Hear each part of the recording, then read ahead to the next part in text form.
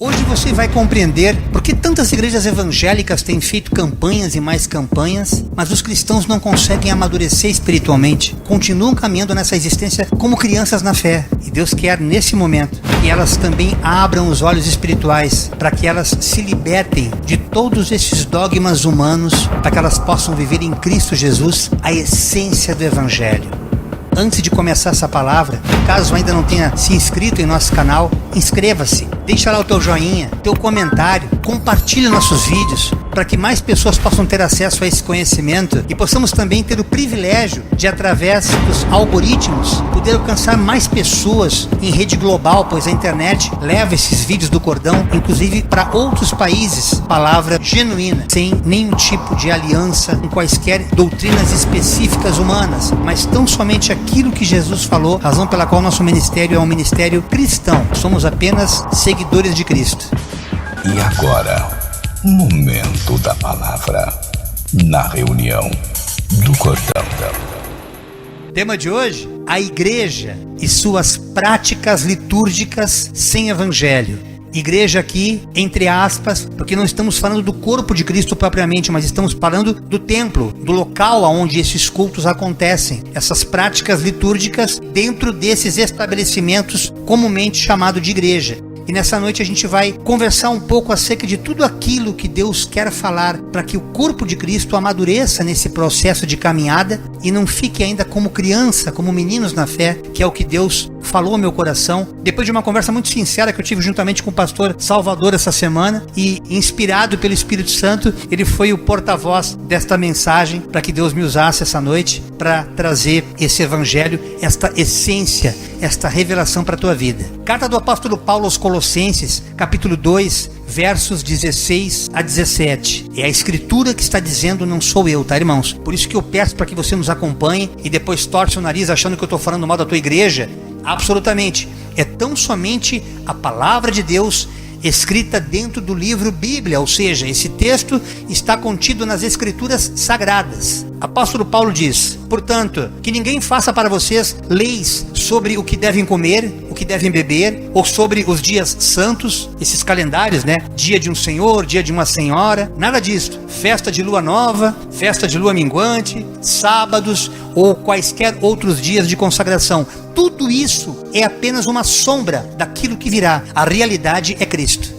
Ou seja, algumas igrejas promovem campanhas em cultos, vigílias. Votos inclusive com carnês. Já vou comentar com vocês. Passei por essa experiência ali em São Paulo, recém-convertido. Na maioria das vezes essas igrejas têm por propósito atrair pessoas para aqueles locais, que comumente é chamado de igreja ou templo, para arrecadar ofertas alçadas, irmãos. Isso precisa ser denunciado, porque essa prática de barganha, Deus tem realmente se enojado. Uma teologia sistematicamente manipulada, criando total dependência de uma justiça humana e não divina, sem produzir aquela mudança de mente que Paulo fala, chamada metanoia. Mas tudo foi um aprendizado, tudo foi um crescimento espiritual, para que eu pudesse estar aqui hoje denunciando tudo isso. Jamais contra essas denominações, jamais contra esses pastores, mas contra a própria doutrina que cai em contradição com o que o Evangelho de Jesus Cristo nos ensina. Pois ao se utilizarem das Escrituras, manipulando o livro Bíblia, a maioria delas não refletem o Evangelho de nosso Senhor e Salvador Jesus Cristo. Como Paulo falava ali em Gálatas 3:24, para que nós nos recordemos ou nos lembremos que o propósito da lei, assim como teve aquela lei de Moisés,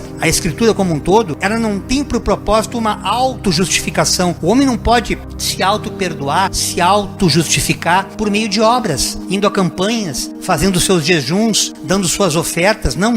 Absolutamente. Essa lei deve conduzir toda a humanidade a Cristo. Esse deveria ser o propósito da liturgia dos cultos, deveria ser a razão pela qual existem os encontros, levar as pessoas ao autor, ao consumador da fé. Mas infelizmente parece que nesse sistema religioso Jesus Cristo não cabe. Parece que se pregar Jesus, o evangelho começa a ser desconstruído e não tem mais razão de essas igrejas existirem, não tem mais razão de ser. E por isso que Deus me traz essa noite para denunciar essa falsificação, esse estelionato, este golpe aplicado em muitos cristãos cujo coração é sincero na presença do Senhor, e que por misericórdia as pessoas têm sido alcançadas. Carta de Paulo aos Romanos, capítulo 10, versículos 13 e 4. Pois não entendendo a maneira como Deus declara as pessoas justas diante dele, apegam-se a seu próprio modo de se tornar justos, tentando seguir a lei, e recusam a maneira de Deus, pois Cristo é o propósito para o qual a lei foi dada. Como resultado, todo o que nele crê é declarado justo, ou seja, o fim da lei é Cristo, para a justiça de todo aquele que crê. Tudo aquilo que disser na lei, não pode, não faz isso, não faz aquilo, isso é pecado, aquilo também, toda essa acusação, toda essa forma de cultuar o sagrado, ao invés de nos submeter ao santo, Jesus veio cumprir toda essa lei, para que na presença dele, tudo isso seja confirmado, vivido e testificado em Cristo, para que nós não precisemos nos submeter. Por isso os dias, as festas e tudo mais que Deus quer de cada um de nós, nós temos essa liberdade aqui no cordão de poder viver esse evangelho, que por acaso escolhemos a quarta-feira, como poderia ser qualquer outro dia, mas assim Deus tem nos usado. E Paulo argumenta que ao fazer isso, as pessoas naquele tempo, obviamente que era o povo judaico, acabaram se tornando desobedientes e rebeldes, pois não se submeteram à justiça que vem de Deus, que é recebida pela fé em Jesus Cristo. É como se Jesus Cristo não bastasse para essas igrejas. Essas campanhas tem que sempre colocar outros protagonistas, os quais vamos arrolar rapidamente. Por exemplo,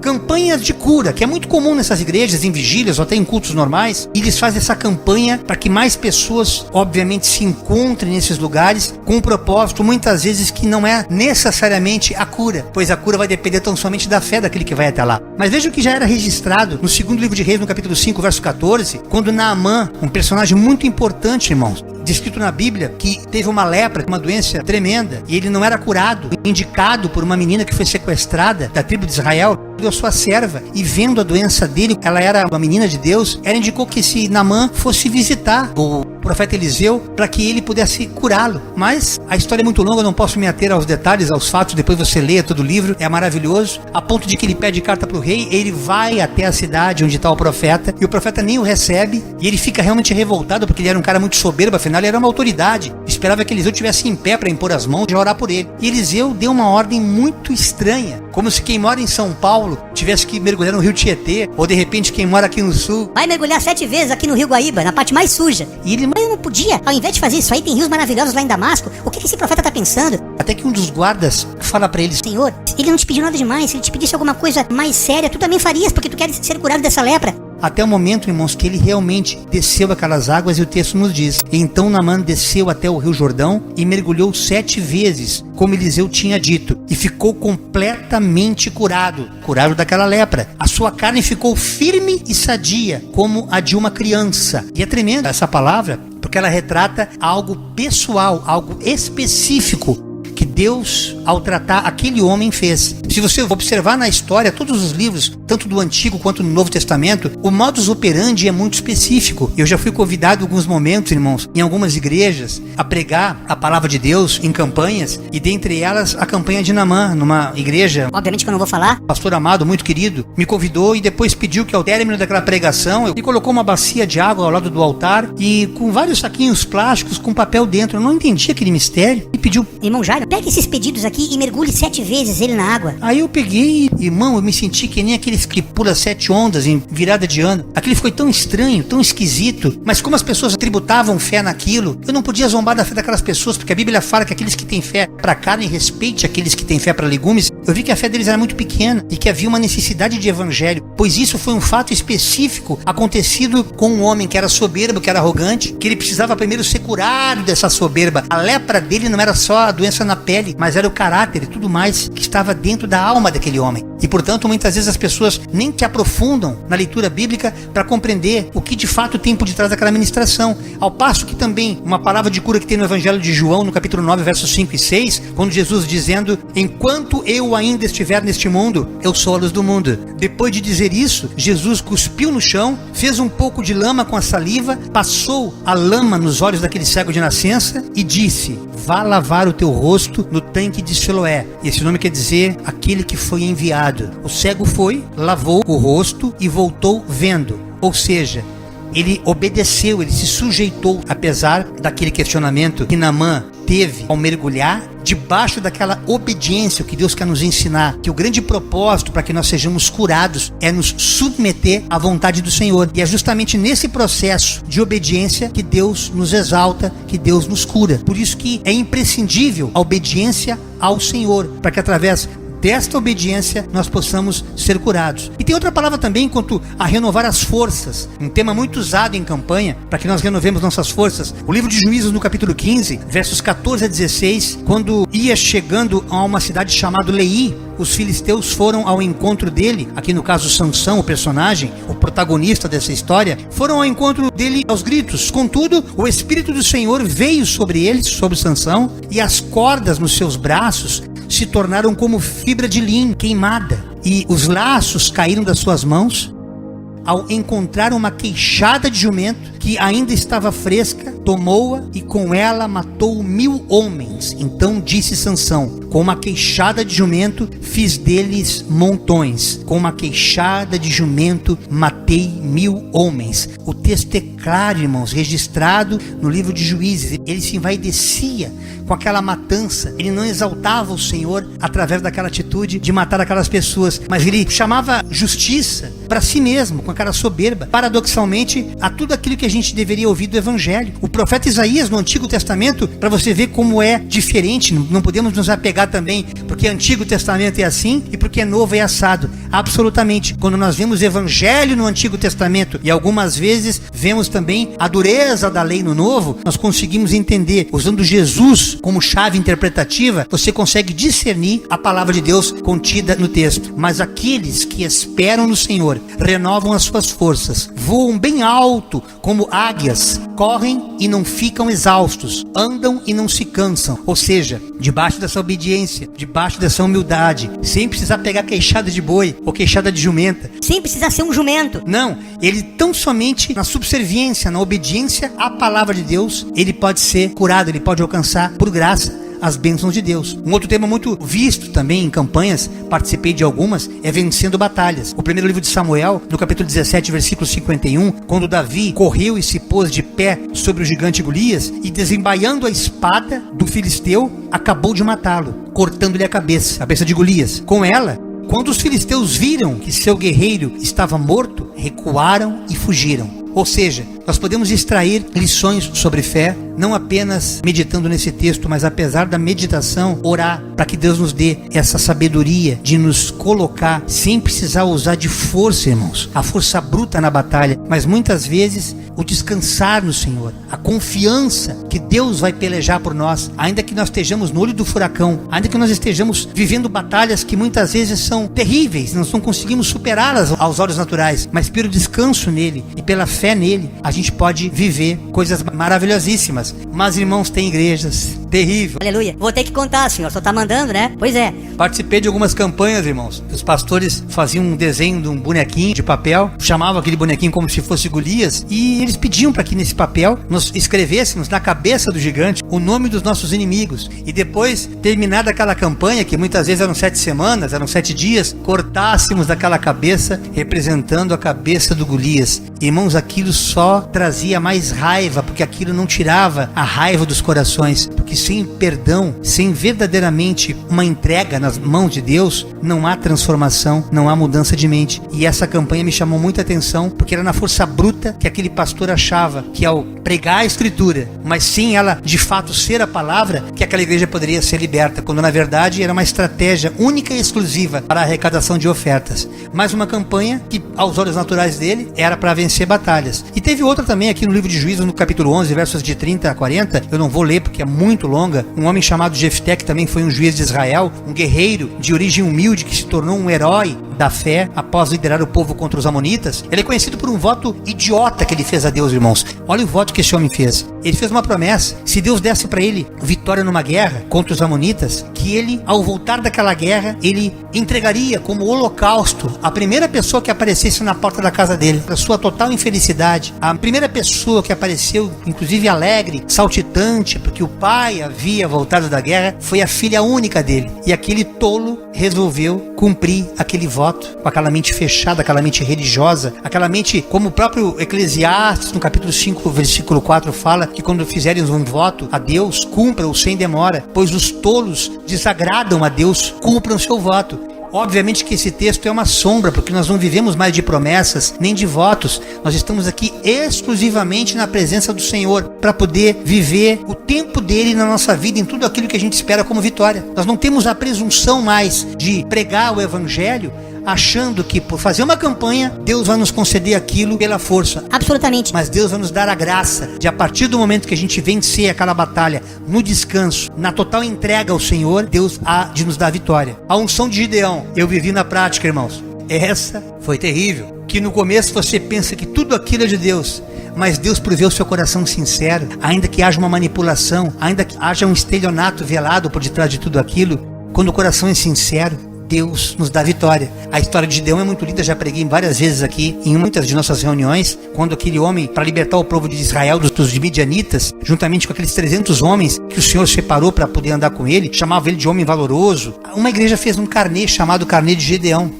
Eu cheguei a preencher 3 carnês daquele. Eu nunca me esqueço que ao preencher aqueles carnês, eu achava que... Bom, agora ao término desse pagamento, eu vou ter minha vitória. Porque afinal eu honrei a Deus. Se eu honrei a Deus, Deus está obrigado, Ele está condicionado a me ouvir e me atender, a cumprir aquilo que eu pedi a Ele. Eu paguei por aquela bênção, então eu tenho que receber. Assim era ensinada aquela teologia completamente distorcida à luz do Evangelho. Mas tudo isso foi escola para eu poder estar aqui agora, alguns anos depois, e poder dizer para você que nada é por força. O reino de Deus é por esforço. Esse esforço em buscar, esse esforço em se consagrar, esse esforço em confiar e esperar o tempo de Deus para que tudo se cumpra. Aí eu vim entender que realmente nada daquilo que era pregado fazia sentido aos olhos da palavra de Deus segundo Jesus Cristo. Outro também, que está no primeiro livro de Reis, no capítulo 18, versos 19 a 39, a chamada unção de Elias. Quando Elias orou e fez cair fogo do céu, também está escrito em outra parte do livro de Reis, que conta essa história sobre Elias, que ele orou, e foi muito estranho, ele estava em oração lá, e chegava aquele guarda naquele monte procurando Elias. Elias, profeta, desce aí, ele e mais 50 homens.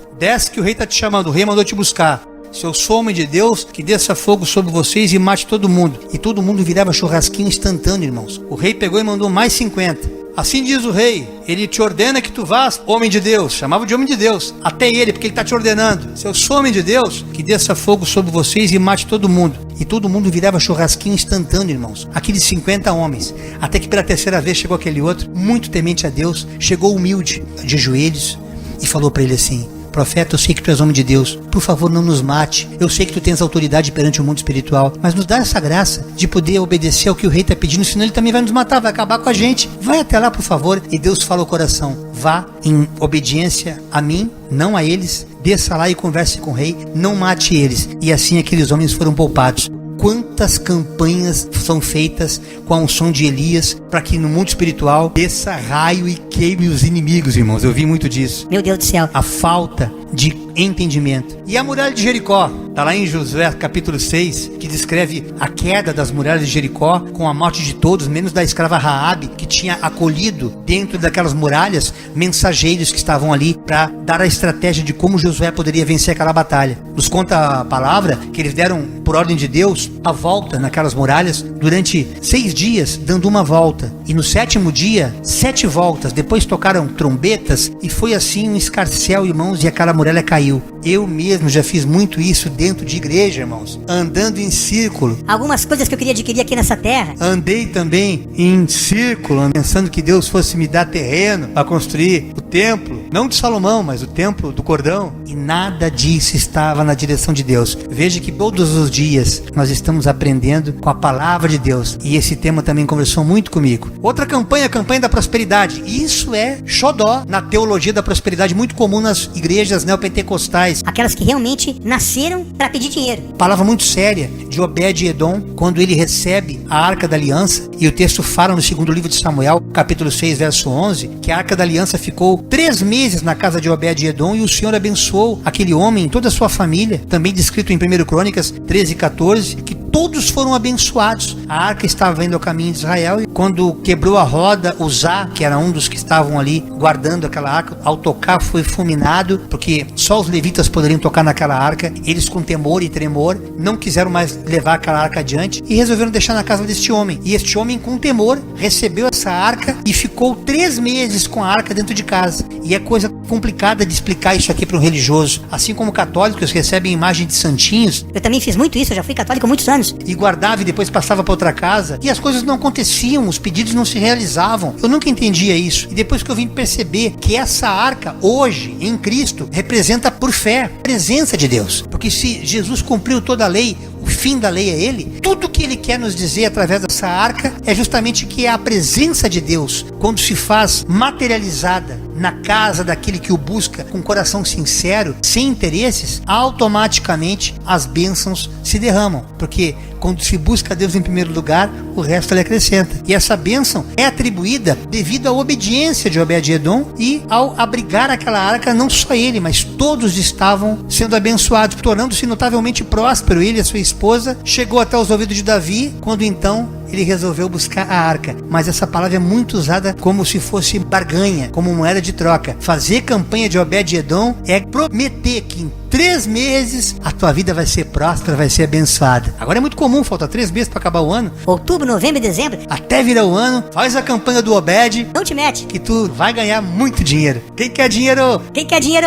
Quem quer dinheiro? Faz a campanha do Obed-Edom. Tá repreendido em nome de Jesus, irmão. Porque não é assim que deve ser. Deus vomita quando nós aplicamos uma fé distorcida às escrituras sagradas. Veja o que é prosperidade no Salmos capítulo 1, versos de 1 a 3. Isso é evangelho. Isso é a vontade de Deus expressa lá no Antigo Testamento, quando Jesus não tinha encarnado na terra ainda, juntamente como Trindade, Pai, Filho e Espírito Santo. Ele era o Cristo que estava junto. Olha que texto maravilhoso, que parece mais uma poesia do que uma escritura bíblica. Feliz é aquele que não segue o conselho do ímpio, dos perversos, não se detém ao caminho dos pecadores e nem se ajunta à roda dos zombadores, dos escarnecedores. Pelo contrário, este tipo de pessoa, esse homem que age, que procede assim, ele tem prazer na lei do Senhor e nela medita de dia e de noite. Como é que é esse homem? Ele faz campanha? Ele faz jejum, oração? Ele faz barganha com Deus? Não, não, não. Ele é como uma árvore plantada à margem do rio, que dá seu fruto no tempo certo. Suas folhas nunca murcham e ele prospera em tudo o que faz.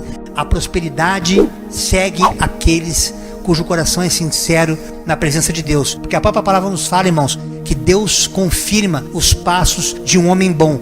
E assim será na vida de todo aquele que verdadeiramente buscar Deus em primeiro lugar. E a sua justiça, que é a sua palavra. E todas essas coisas que você em campanha pede e não recebe, em Cristo, elas automaticamente serão acrescentadas. O primeiro livro de Samuel, no capítulo 15, versos 22 e 23, quando Samuel repreende o rei Saul, o que agrada mais ao Senhor? Você está me perguntando, Saul? Holocaustos e sacrifícios ou a sua palavra? Ouça! Ele manda Saul ouvir. Saul estava totalmente fora da casinha, quis dar uma de profeta, por desobediência não quis esperar Samuel voltar de viagem para fazer os sacrifícios que só aquele sacerdote profeta poderia fazer, mas ele tentou dar uma de eu sou o rei.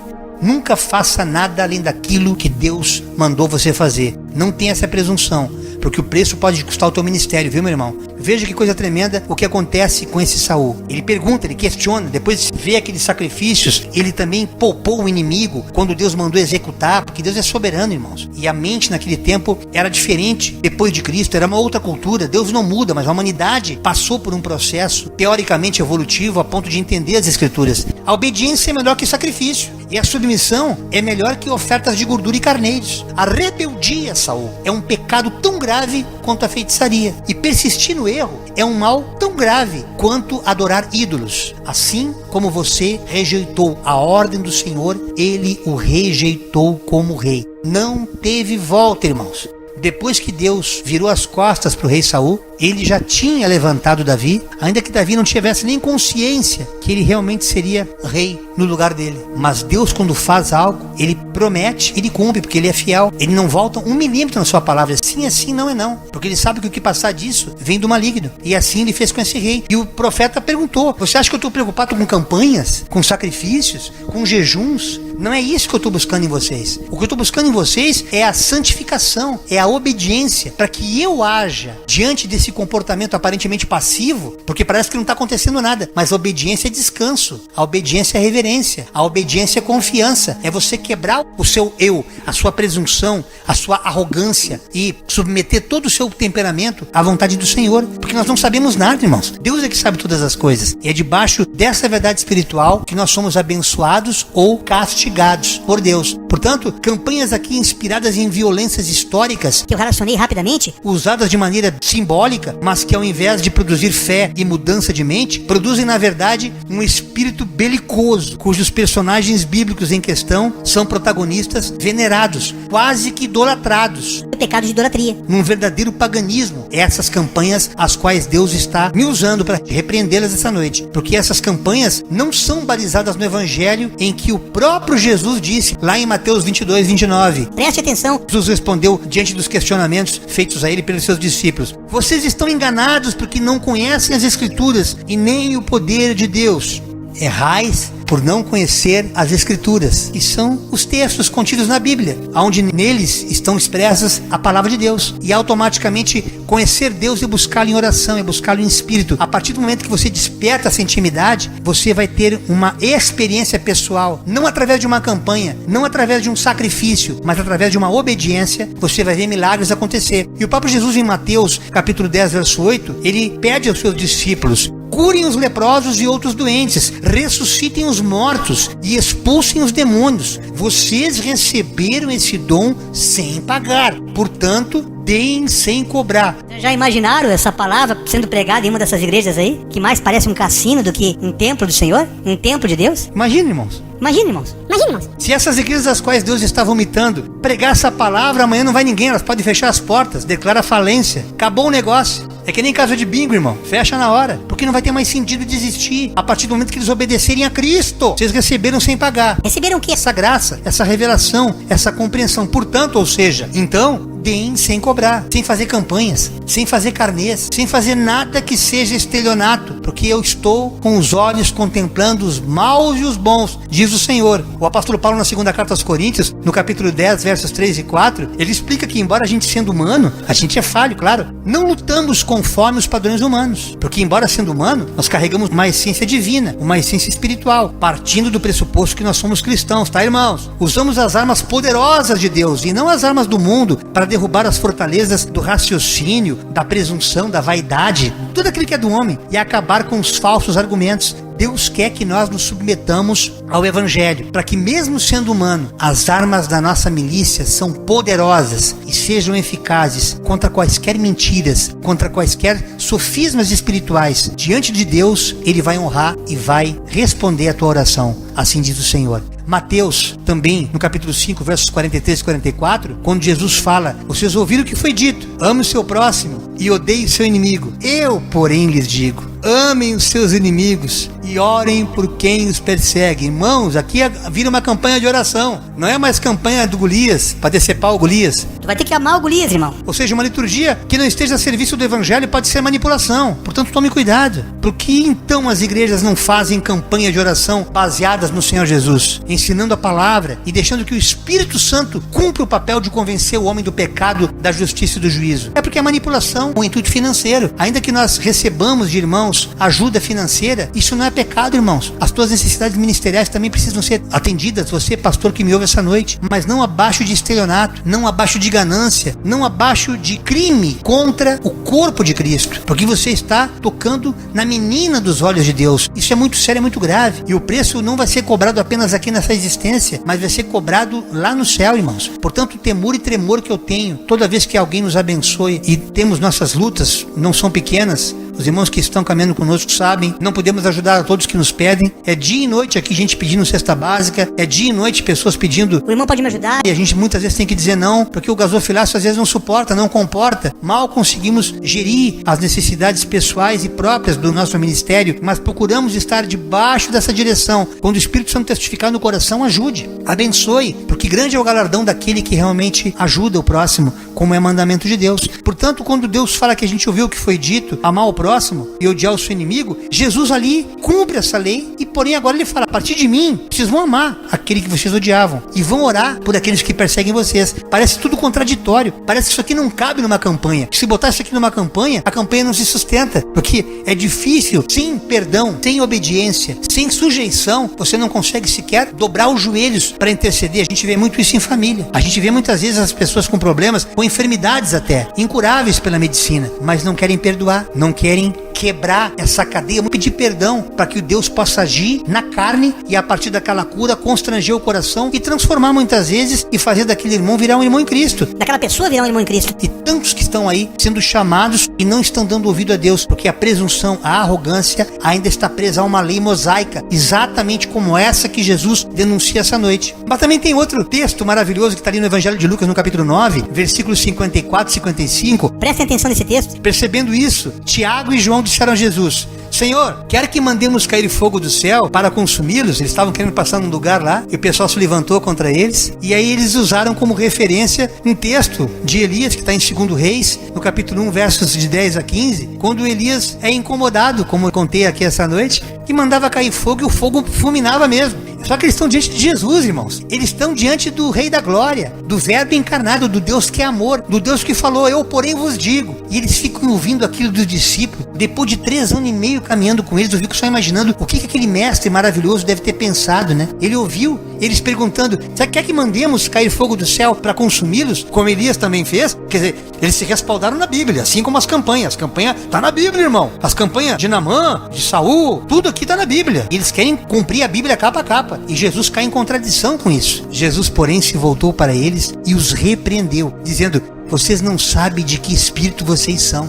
É espírito do capiroto, é espírito das trevas. E Deus denuncia através da sua palavra essa noite. A carta de Paulo aos Romanos, no capítulo 3, versos 28. Assim, somos salvos pela fé em Cristo e não pelas coisas boas que fazemos de acordo com a lei. Ao mesmo tempo que Deus não quer que nós consumamos com nossos inimigos, Deus também não quer que nós nos envaidecemos com as bênçãos que a gente faz achando que é pelas obras. Porque eu ajudei o fulano, então Deus vai me abençoar. Não, Deus, vendo o coração sincero através das boas obras, Ele automaticamente abençoa sem você precisar. Portanto, todo aquele que ama o próximo, assim como ama a si mesmo, ou mais, segundo o novo mandamento de Cristo, todo aquele que ama o próximo como Jesus o ama, esse já é abençoado, porque ao abençoar, a bênção já passa por ele. Hebreus, que é o livro da fé, especialmente no capítulo 11, versos de 1 a 6, que o texto nos diz que a fé é a certeza de que vamos receber as coisas que esperamos e a prova de que existem coisas que não podemos ver. Sem fé ninguém pode agradar a Deus, porque quem vai até Deus precisa crer que Ele existe e que recompensa os que procuram conhecê-lo melhor. Portanto, quando quiser fazer uma campanha em sua igreja ou em sua casa, faça conforme a palavra de Deus nos ensina, segundo o Cristo. Como Paulo falou em Colossenses, capítulo 3, verso 17. Tudo que vocês fizerem ou disserem, façam em nome do nosso Senhor Jesus Cristo. E por meio dele agradeçam a Deus, o Pai.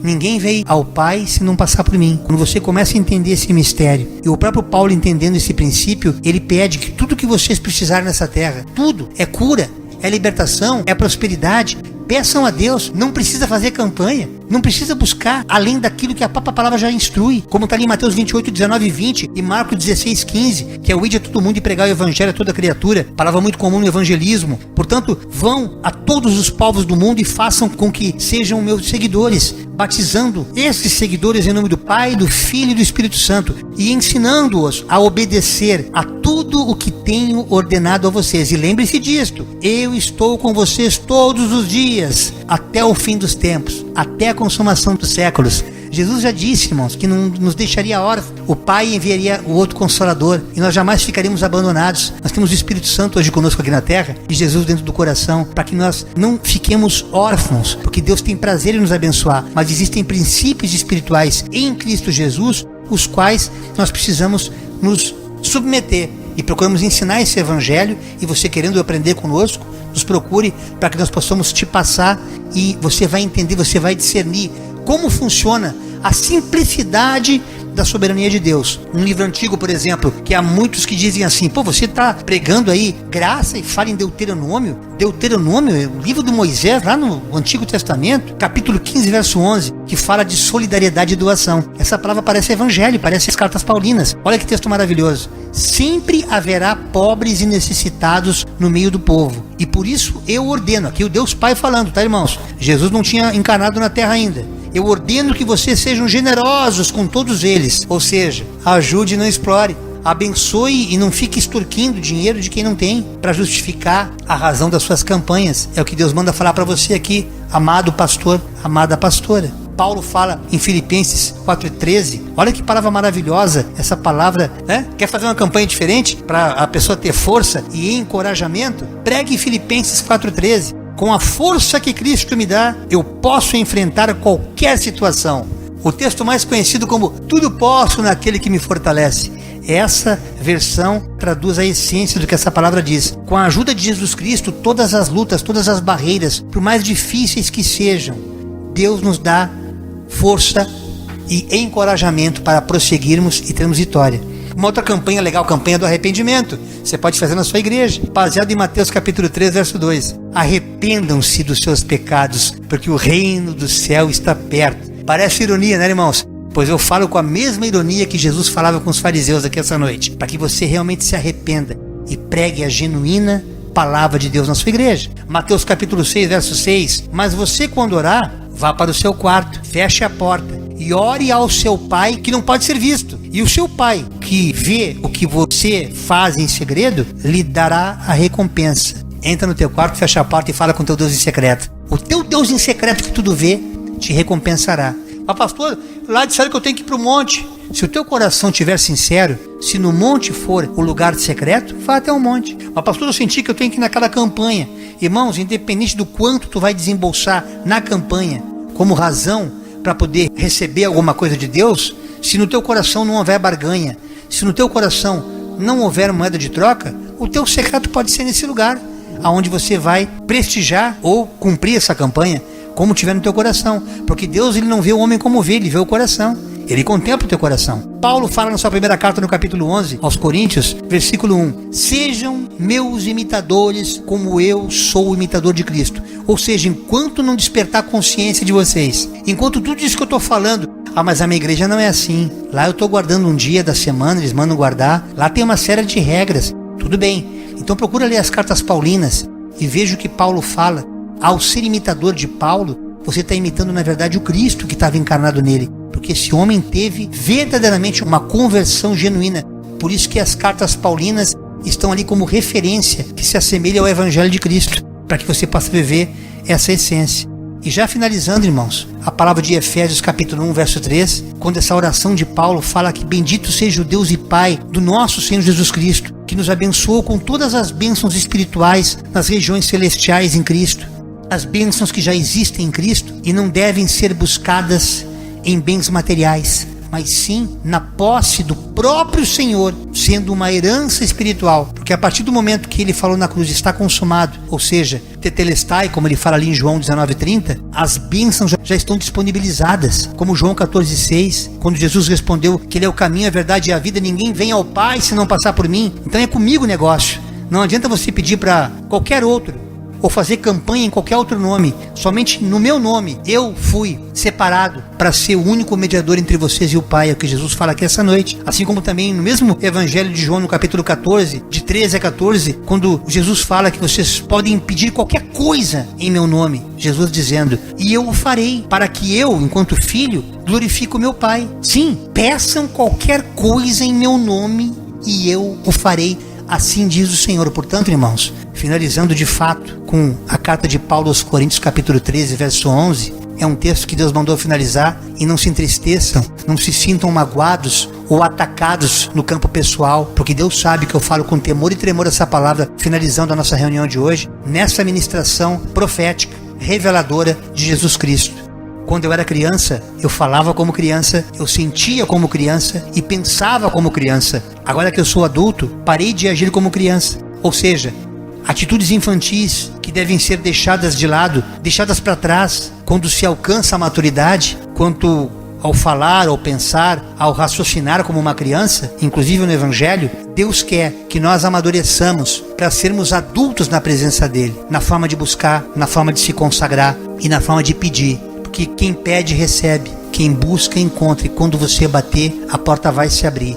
Porque isso não é a promessa de nenhum outro homem, a não ser do próprio Jesus encarnado, o Verbo, que veio aqui na terra para resgatar, através do seu sacrifício, o pecado de todos aqueles que creem nele, que creem que ele realmente veio aqui e cumpriu a sua caminhada, o seu ministério naqueles 3 anos e meio junto aos seus discípulos. Esta foi a dura mensagem que Deus colocou no meu coração neste dia 15 de outubro do ano de 2025, na reunião do Cordão.